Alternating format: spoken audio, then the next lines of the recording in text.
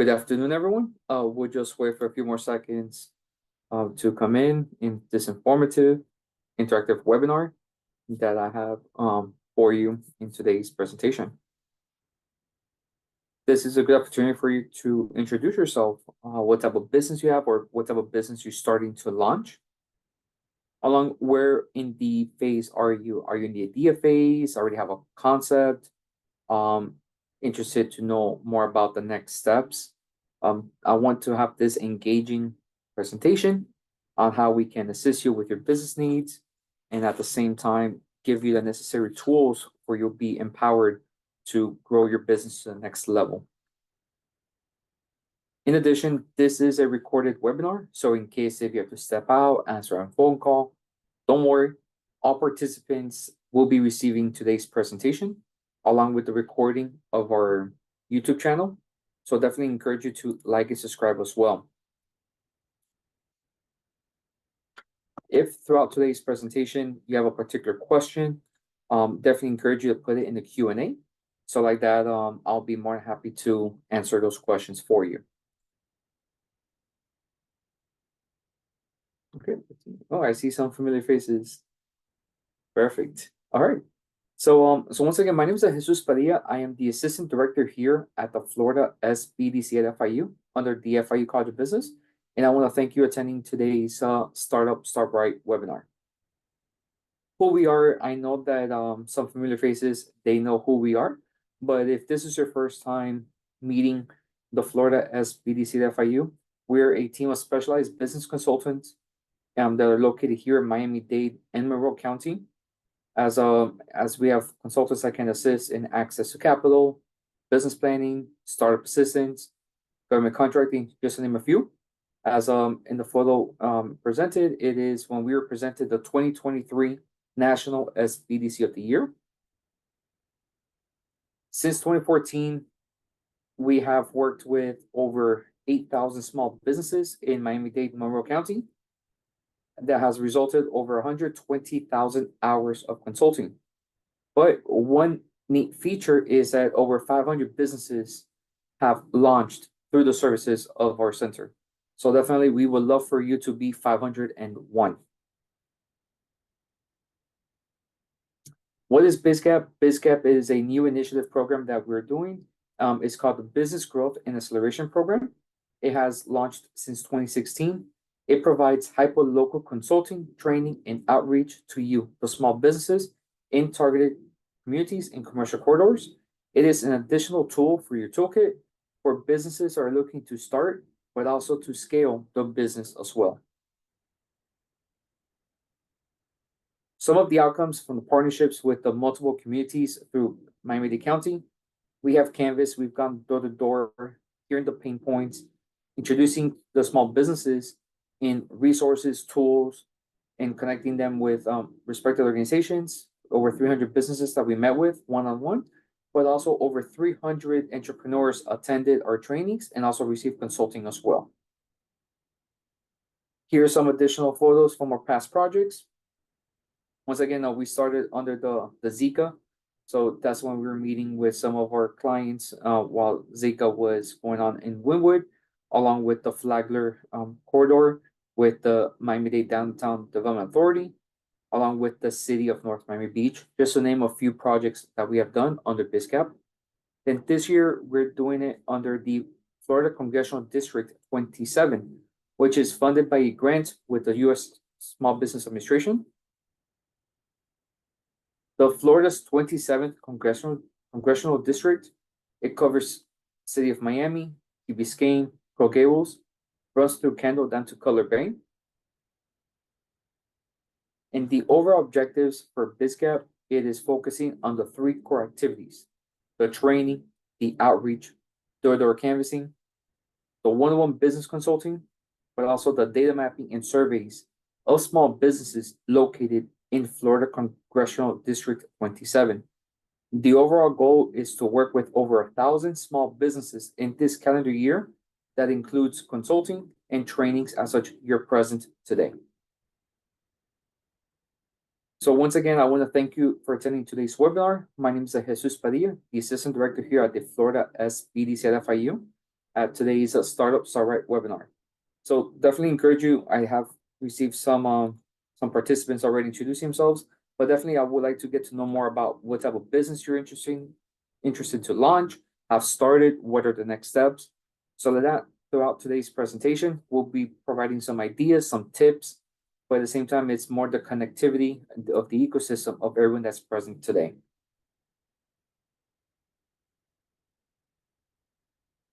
Okay, if your business is located outside of Miami-Dade County or the state of Florida, don't worry, shoot me an email. And I'm more than happy to connect you with my colleagues over at the North Carolina Technical Small Business Centers and also some resource partners that I have over in North Carolina.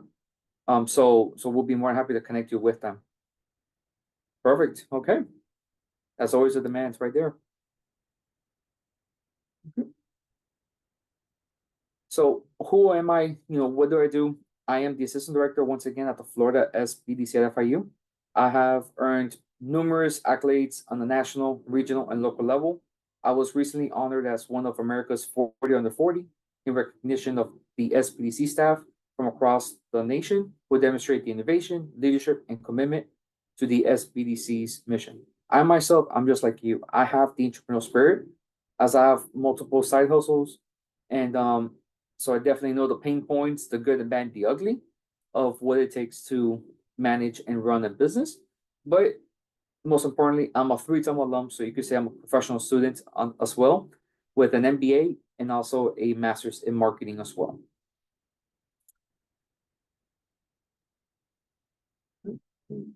Yes. And then I have a great business right here in regards of IT and admin services. Absolutely. There's always a big demand. And one good opportunity for you is finding some potential local municipalities, how to become a vendor to provide that type of support. Okay, e-commerce business. Yes, we have multiple workshops coming in regards of e-commerce. So definitely I encourage you to participate. I'll provide the link of our upcoming events. So you could definitely take advantage of the upcoming events that we have going on for you. Okay. Yes, and if your business is located in West Palm Beach, also shoot me an email. I'll be more than happy to connect you with our colleagues from the Florida SBDC at FAU. So sometimes when clients or small business owners, they ask me, Jesus, what is your why? Why do you enjoy doing what you do on a day-to-day basis? It's easy. I enjoy assisting you, the aspiring entrepreneurs, to start and successfully launch their businesses to create the economic impact in the community. So everyone has their why. So it could be, I want to start my own business for building a family legacy or the independence. So everyone has their different whys, and that is my why. So once again, throughout today's presentation, we're going to be touching base a few of the industries or businesses based on the examples. But once again, no two businesses, no two industries are the same. So definitely, I want to go on a holistic approach of the tip of the iceberg per se.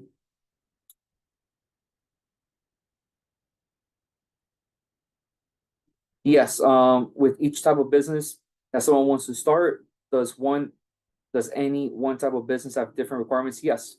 It's pros and cons and everything. It could be the taxing, it could be the legality, what type of industry you're doing. So definitely encourage you to touch base with an accountant and a legal professional to assist you and guide you some information in that regard as well.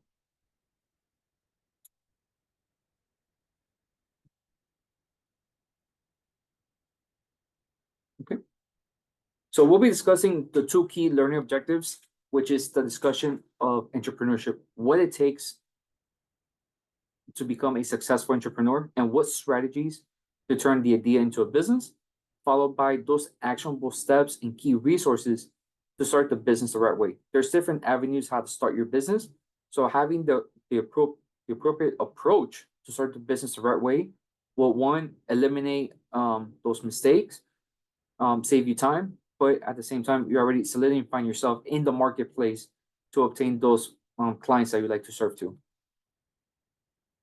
Full disclosure, the information that will be presented, it is the steps in terms of how to start your business. We're not going to be covering all the different scenarios or circumstances. So definitely touch base with your accountant or legal partners in regards of additional information in those key areas, because once again, I'm not an accountant or a legal professional. Excuse me for 1 second.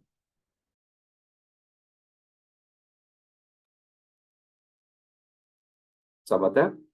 So we're gonna go in terms of getting started. Where do you start? So in the chat, I strongly encourage you to put, how are you getting started with your business? Is it based on a dream that you've had? Was it a piece of paper? Have you started creating the roadmap? Where's everyone at this present moment?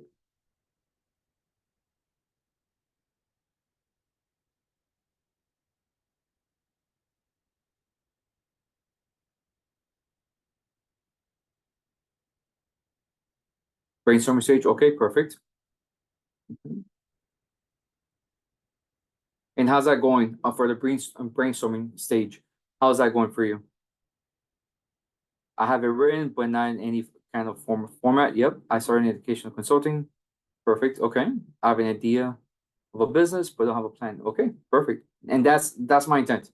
Is I want you to get those ideas on your head, put it on paper, so we can start manifesting it, start brainstorming and creating an outline, in terms of which is going to be a particular clients, the primary, secondary target markets, along with what's going to be the brand name, what marketing strategies you're going to be implementing. So perfect. Yeah. Perfect. Yep. We're definitely talking a little bit briefly about funding, grants, access to capital side. Yep. Digital marketing, launching a website. Yep. Yeah. So right there, you're able to see who are the ideal clients are coming to your website, what is the outreach. Perfect. Okay. Yeah. Yeah. It's bootstrapping as well. Yep. And then in regards of profit or nonprofit, that is where you could touch base with an accountant in regards of what's the legality or the accounting side of it. If there could be a for-profit business with a nonprofit component. So it's different ways how to juggle both sides of the spectrum. So we're gonna go with a key foundation, and then we're gonna build the four walls of a house. So what is entrepreneurship? Entrepreneurship, it is defined as the activity of setting up a business or businesses on taking on financial risk in hope for profit. In the other day, entrepreneurs are risk takers. So part of the presentation is to help you take that risk, but at the same time, make it more as a calculated risk. Some of the successful strategies, we don't have to recreate the wheel, start from scratch, but we have to find new ways, new strategies, innovations to those products and services that already exist in the existing marketplace. Just like the traditional examples of traditional bookstores with Amazon, Walmart with retailers, stores, Nike with the shoe apparel businesses. So some of the benefits to following up this strategy, it is, once again, you don't need to invent something new. And if it's already in the existing market, can you identify the competitor weaknesses and those market opportunities? Create the competitive advantage. For example, I have a successful e-commerce business. So when I ship products, I always charge it the shipping a little bit more pricier than someone else doing it at $10, $15 cheaper, or they ship it for free. Sometimes they ask me, Jesus, you're alienating a good market because of the price. But I provide the white glove service. I make sure that the product gets to their destination as if they just purchased it individually. Along at the end of each year, I sent everyone for the holidays a $5 gift card as a thank you for purchasing a product from me. So that's how you build that relationship. And instead of creating them as transactional, it's more relationship purposes. That is my competitive advantage. If you don't know your competitive weaknesses or the competitive analysis, don't worry. We have consultants that can assist you in that regard to help you out finding your competitive advantage as well. But one buzzword I'm going to be throwing out throughout today's presentation is creating or enhancing the value proposition. That is going to be one of the homeworks that I'll be giving to you today. What is your value proposition? So these are 4 key steps in starting up right. Once again, it's the 4 walls of a house. It's the idea phase. I know some of you are the idea phase. Some have already started, like gotten the LLC. You're in the planning. Some are looking for capital. What are the funding options that are out there? And last but not least, opening the doors, getting the sales, getting the customers, growing the business to the next level. So planning for your business to turn your idea into a successful business, you need the proper planning. It could be understanding your market, developing the business model, and creating a business plan. Just from the chat, just give me your experience. Have y'all created a business plan? Thinking of creating one? How was that experience if you've done so? Where are you in the process of developing a business plan? Or if you have done so, what was your experience like?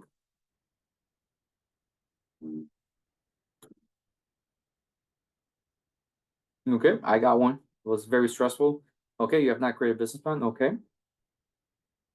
The good thing about today's presentation, I'm also going to give you some templates and resources so you can start creating the business plan as well.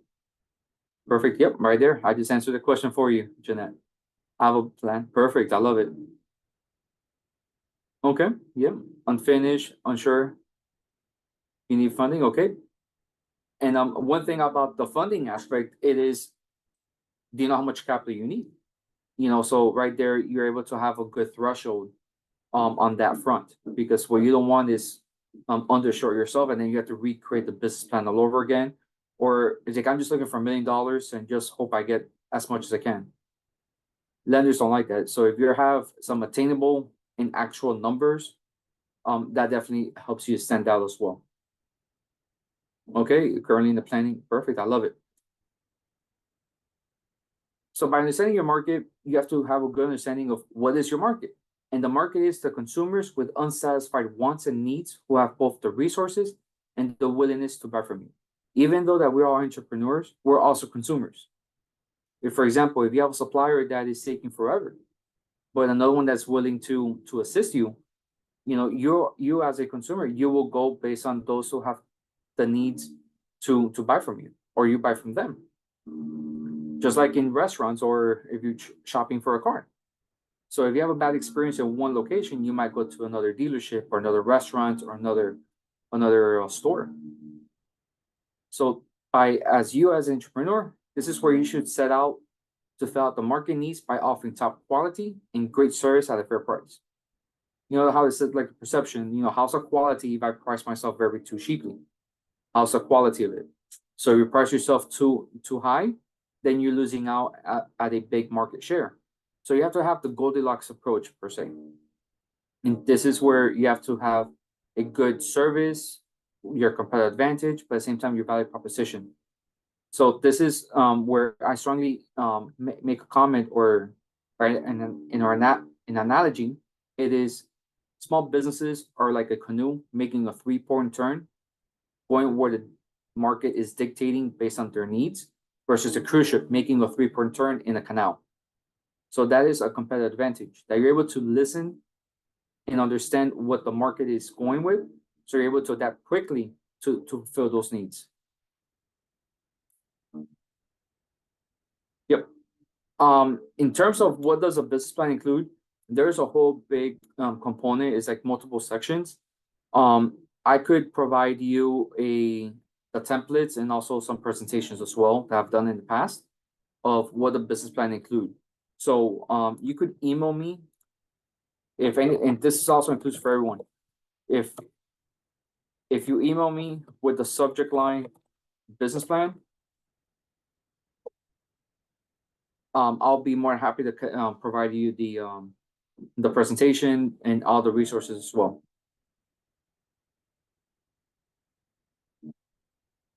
Okay, perfect. Yeah, it's all about the influencer marketing and also getting ambassadors as well. Yeah, I love it. It's different unorthodox approaches. When I was doing my MBA, I had to select a business or a company in regards of understanding the marketplace. I chose 7-Eleven because it resonated a lot in regards of give the customers what they want, when and where they want it. Look at the United States.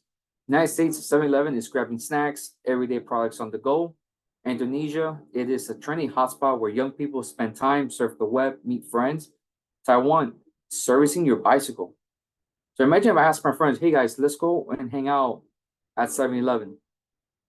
People just kind of laugh in my face. But in Indonesia, that's a hot spot where everyone hangs out. So by having a good understanding of the market, 7-Eleven has been successful in 3 different countries with 3 different markets. So that's a good way to understanding, but also listening what the market and also the behaviors of their consumers.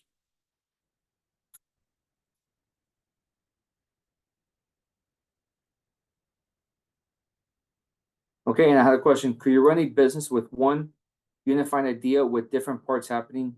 Yes. It could be DBAs as well.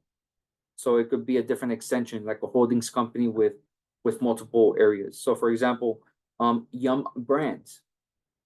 Yum Brands owns Pizza Hut, Taco Bell, and KFC. So those are 3 different business entities under one company.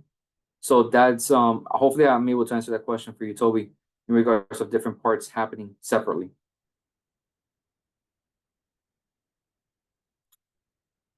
Okay. Okay.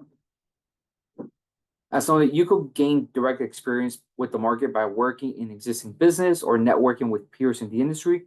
Get to know more about the industry. What's the good, the bad, and the ugly of the industry or managing a business? It's about knowledge is power. It's about connecting, the connections. If you don't have access, don't worry. You can follow the path to access the information on the market, via market or industry researchers. One of them, it's the industry research. It can be conducted in person with consumers by you or your team, or use the free public databases as such the U.S. Census Bureau, the Federal Reserve, Department of Labor. The good thing is that all participants will be receiving today's presentation. So you don't have to take a picture, take a screenshot. Don't worry, you're gonna get the presentation with the links. Definitely encourage you to visit the SBA website. It has a plethora of information of the competitive analysis. The Learning Center on the SBA website of market, it is amazing. It gives you additional tools, different aha moments, which that's the intended goal, is for you to be empowered and able to tackle the task at hand, for you to grow at the same time. This is where you would start putting some factors into consideration. What's the potential demand? What's the market size? What's the competition like? What's the location? What's the pricing? So for example, I want to open up a childcare daycare center service. That's a big demand. There's always a demand for childcare services everywhere. But let me ask you a question. If I decide to open up a childcare daycare service at a one particular area of the county, that there's no competition, that is fantastic. But then you have to start doing a full analysis and you realize that that community or the population size, it is a 55 and over community. There's no children.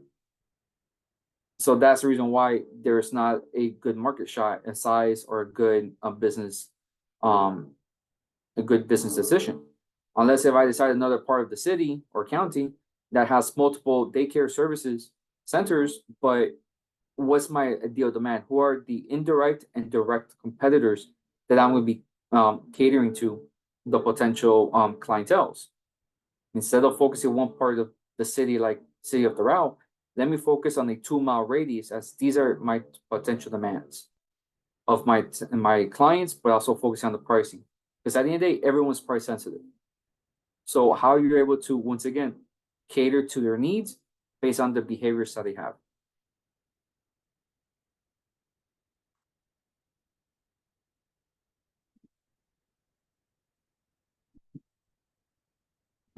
And then the 2 key elements on the business model includes the value proposition and the go-to-market strategy. So here's the definition of the value proposition, which I would love for you to start creating or developing a value proposition, so that our team or our colleagues will be able to assist you enhance your value proposition. It is a clear and compelling statement on what unique value your company brings to the market. What is your contribution to the marketplace? Some questions you should be asking yourself, it is, what do you offer to the customer? What needs are you satisfying? And how are you different from the competition? Sometimes I ask our clients, what is your value proposition? And they say, I am the best in the marketplace. I have no competitors. I'm satisfying everyone's needs. That's fine and dandy, but let's go a little bit more, dissect a little bit further so we could create a unique value. Because once again, no two businesses, no two industries are the same. So how are you able to stand out amongst the everlasting competitive marketplace? Well, developing the business model on the go-to-market strategy is a step-by-step roadmap for getting your products or service to the customers. It is focusing on the target market, identifying your customers. It shows you how it will reach your customers, but outlining those pricing models. Is it a monthly subscription base? Is it one-time base? Is it annual? How are you able to identify your customers, your target market? It could be your secondary. Let me just rephrase that. It could be your primary or your secondary target markets.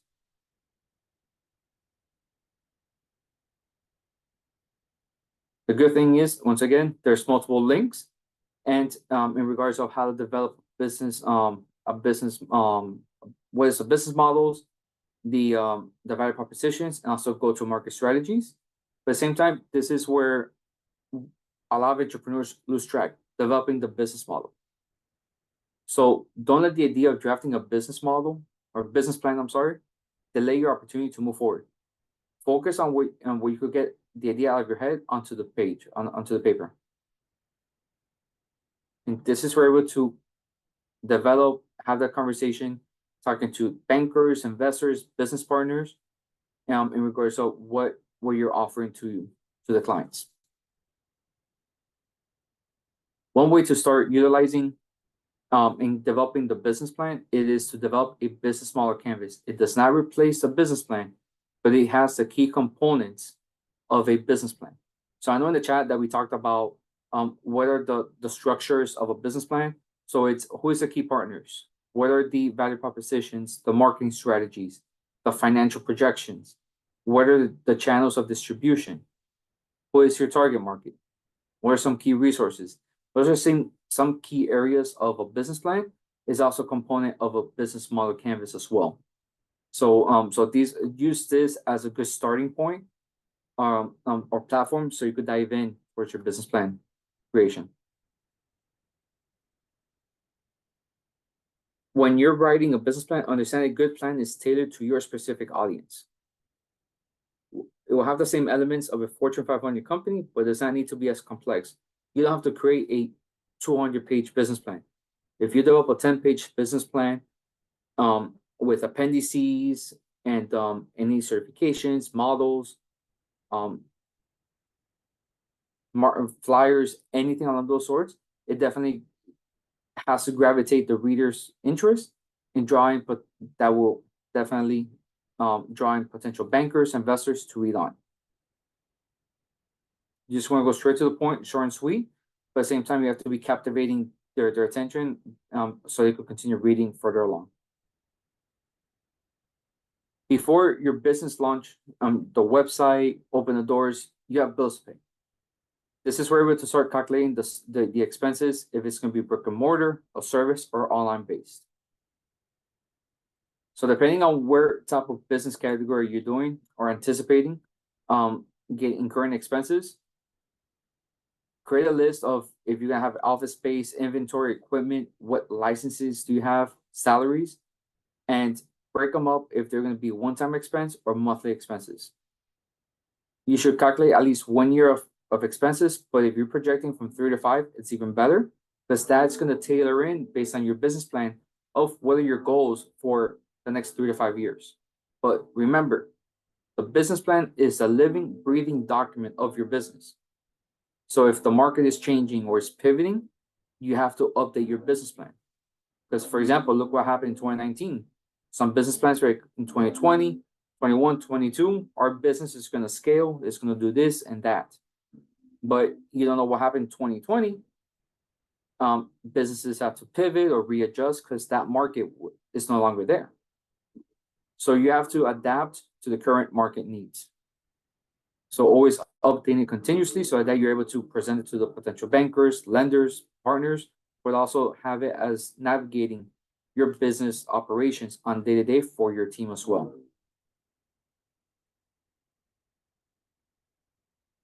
If you don't know how to create the financial documents, definitely encourage you to use the fillable PDF spreadsheet that the SBA has, so that you're able to start calculating how much expenses that you're anticipating to incur. So definitely encourage you to take advantage of the SBA website, along with the resources of the templates and tools. So it's an easy plug and play documents. Now that you have calculated your startup expenses, now let's consider how you're going to fund your venture. Most businesses, they bootstrap. It's a great way to retain ownership and control over the direction of the business. But if you're not careful, it will delay your retirement. But at the same time, be aware that going into this, you assume all the risk of your business. Some funding options is family and friends and fools, mission-based lenders, government agencies, banks and finance companies like CDFIs, crowdfunding, angel investors, venture capital. So once again, no two businesses, no two industries are the same, but at the same time, no two business owners are the same. Because it could be that your credit might be phenomenal, mine is not. I might have collateral, you don't.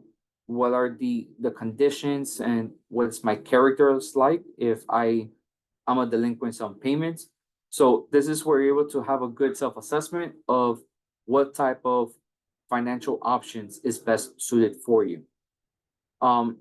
My recommendation is, we could touch base, we could have a conversation in regards of how much capital you're seeking, what is the intended usage, so that we're able to have the appropriate game plan / roadmap for you to fill the capital needs. Because what we don't want is that you're saying I need $75,000 to start marketing my business, but then we're working with you, and then you realize that the most that you're able to be bankable is $15,000.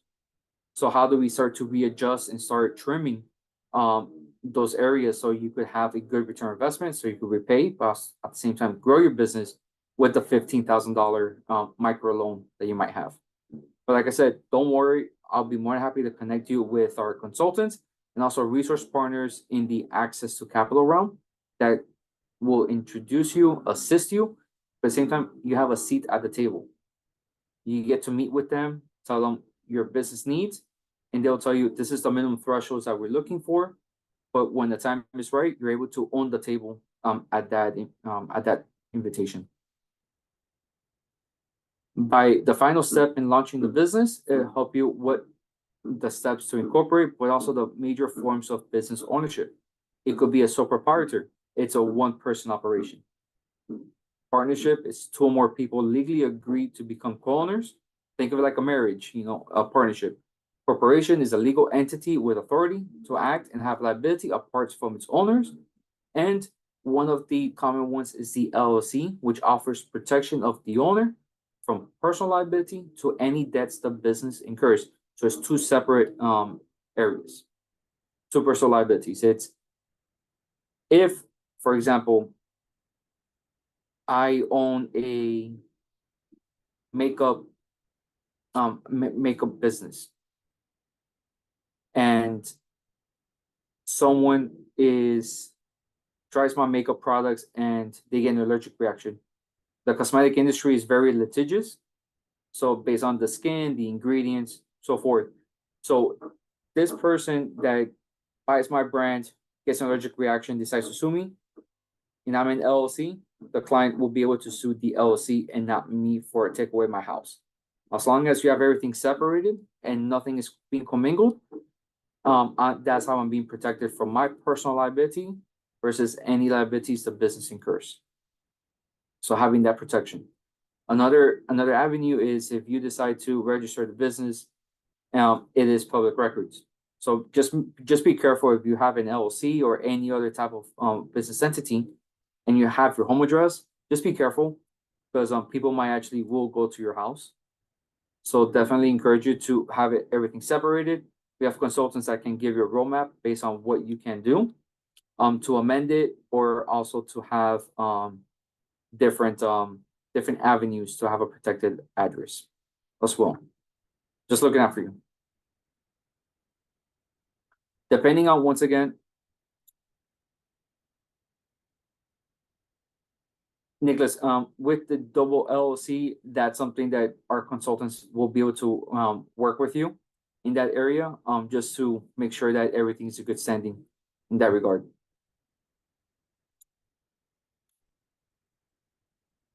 Then, once again, depending on what type of businesses you have or what industry, there's always pros and cons.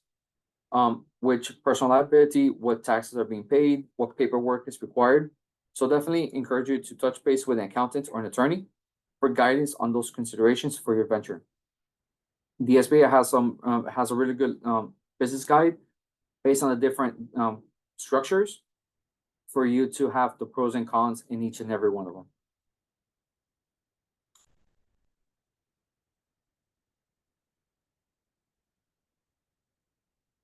Yes, in regards of operating a home greenhouse at garden, do you need to conduct a zoning verification considering that I'm not making an amendment to the land itself?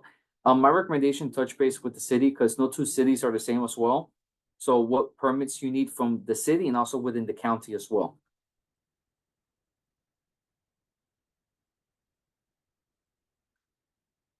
One of the first items that you need to do if your business is or planning to start your business here in the state of Florida is verify if there's the name of the business is available on SunBiz.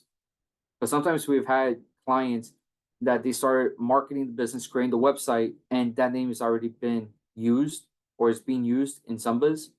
Also, just make sure that there's no similar name of the intended name that you want to register, because you don't know what's their business practice, what are their ethics, because at the same time, you don't want to be associated with that business entity as well. So just be careful, always do due diligence, do the research first, register it, then afterwards we start to grow organically to create the website, the branding, the marketing, the social media channels on that front. On SunBiz, it has a really good start resources, the legal forms, the regulations, and also how to create the fictitious names for your business wherever it's applicable. Also, the obtaining the EIN, which is the employer identification number. Think of it as the social security number of your business. Helps you register the business entity, obtain business loans, open a business bank account, and also is needed for tax filing and reporting purposes. If you're interested to start your business and create the business here in the county, there is information about the permits, the licensing, the requirements that is needed. This is one area that almost everyone omits or doesn't do periodically, but this is something that's really crucial and very important. The certificate of use or the local business tax receipt. Think of it as you have to renew your car tag every year, the same exact in terms of renewing your certificate of use, your local business tax receipt. So this is a 1-year period. It should be located within the municipality. It's required to obtain both the city receipt and the county receipt. So that's where touch base with the county and the city, what you need and don't need. But some business ventures, they might not need one of the other. But definitely count which is the best one for you, and based on the requirements that you have.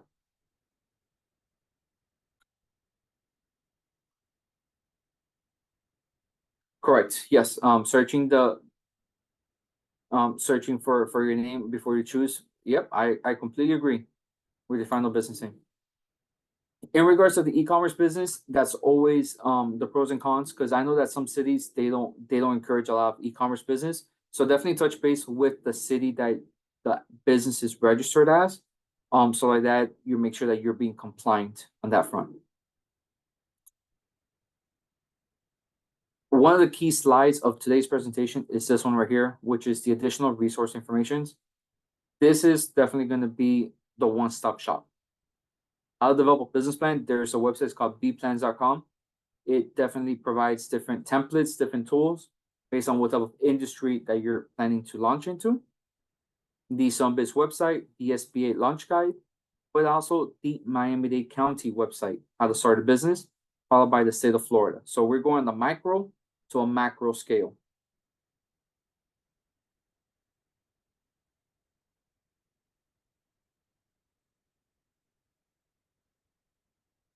Okay, so would it be better not to have a home-based business for legal reasons? It's we like obviously it all determines based on what type of industry, but definitely if you go on Sunbiz and you look up the name of the business and it's a home address and someone plans to sue you, they'll go straight to you, straight, they'll knock at your door at 3 o'clock in the morning. So that's one way to protect yourself from the legal aspect of putting your home address as well. But I know that some businesses they start at home, but that's where you could start having an enhanced business address or a PO box on that front, which one of the consultants will be able to assist you to make sure that everything is in good standing on that side.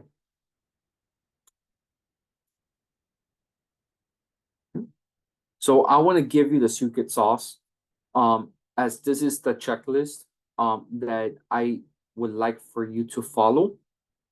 Everyone starts different, everyone learns different, but this is the best route in making sure that you have everything organized. Choose a business name. Do you have a business name? Yes or no? If you have already registered the business, okay, you're already 5 steps into the game. If you're starting right now, this is where I want you to catch up, or same time, create that framework per se. Choose a business name. Choose the business address. What's the business entity? Is it a corporation, sole proprietor, an LLC? Register the business, get all those licensing and permits that is needed, followed by getting the EIN number. By doing so, this is where you're able to open up a business bank account, consider getting a business credit card so you can start building the business credit, or start bootstrapping the business based on the pursuit for access to capital.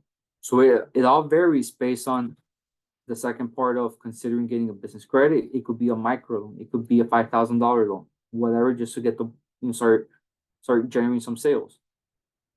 Setting up your books, understanding your financial statements, your balance sheet, your cash flow projections. Have a break-even analysis. You have consultants that can assist you with the financial management side of your business. Now let's go digital. Create the website, social media channels, your email marketing. You get a business phone number. It could be a Google Voice number. If you want to give yourself one, you can, but you don't want to get, you're every day, you're 24 hours, 24/7, you're always in business. So have a Google Voice number so that people don't call you at 2 o'clock in the morning. And register your business with online services. What platforms are you using that will benefit for the services that you want to cater to? So this is the 13 steps to make your business legit. So definitely this is my roadmap that I've always given to our clients. So definitely it has worked with the 500. So I know for 501, it's definitely going to help you as well. So before I open up, I know I've been answering and some questions have been asked via the chat. So definitely, if you have any questions, put them in the Q&A or in the chat, and I'm more than happy to answer those questions for you. But at the same time, some general housekeeping items. Once again, all participants will be receiving today's presentation along with the recording, and then email me if those are interested for the business planning as well. But I will email everyone the upcoming events that we have. Definitely, I encourage you to register which workshops is best suited for you. If I know that one of them was looking for government contracts, we have a government contracting webinar tomorrow. Definitely encourage you to participate. So even, you as small business owners, you have a strong ecosystem. You could definitely touch base with other small business owners. Definitely, share them my information, share them our website, because by creating that economic impact, it creates a strong community and ecosystem across the entire county. Okay. So if you want to get to know more about our services, visit our website, which is bizgap.miami. definitely encourage you to like and subscribe our YouTube channel, as we have a plethora of recorded webinars that definitely enhances our conversation with the business consultants. But definitely follow us on social media channels, as we have a lot of events, resources for small businesses, for us to give you the necessary tools for you to scale, but at the same time to grow as well. Okay. Okay. How do I get in touch with the consultants? Is there a fee? Correct. That's a great question. All of our services no cost to you, as we receive the funds from the federal government. My recommendation, it is a scan the QR code right here, but also you could shoot me an email, because you have already registered for consultation, and I could just re-verify to make sure everything's good standing. So just shoot me an email, and I'll be more happy to view your file and help you with the next steps. So what business credit card company is best to start with? It all varies, because it has to be based on what, excuse me, how's your credit like, how much capacity you have. So that's by having a conversation, which is the best alternative. But you can also go with a microloan as well, which financial institution is best for you. So there are different avenues on how you're able to get some capital, to get the ball rolling on that front.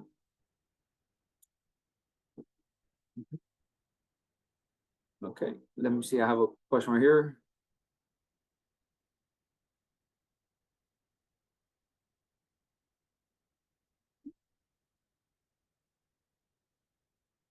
Okay, perfect. Yep, I completely agree.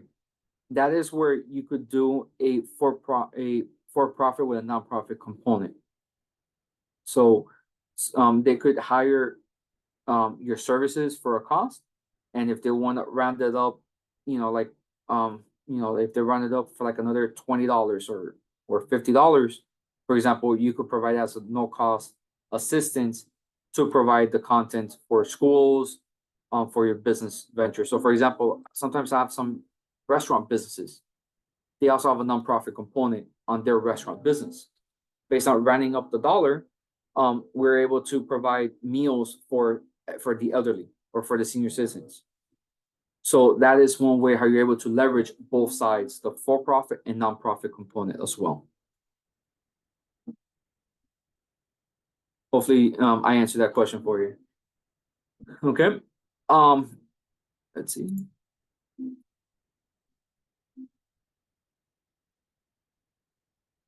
Yeah, so if you're planning to sell live animals, it all varies based on what's the legality. Is it something that it's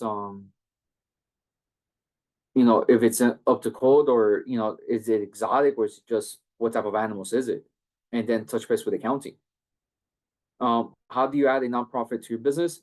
That's something you could definitely touch base with your accountant, because then you have to play around with the guidelines of how much of the revenues are being for profit and so forth.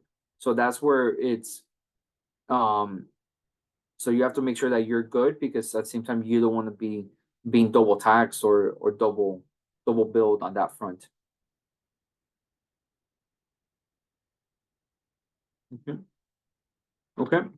So I want to thank you all for attending today's webinar. But like I said, just be on the lookout. I should be getting the video file in the next few days, and I'll be more than happy to share it with you with our presentation, the recording. But at the same time, any way that we can do to assist you with your business needs, don't worry. I'm a phone call. I'm an email. Same time, I'm an event away to connect you with the appropriate channels to for your business to succeed. So thank you all once again, and I'll be looking forward to seeing you in the next webinar. Take care, everyone.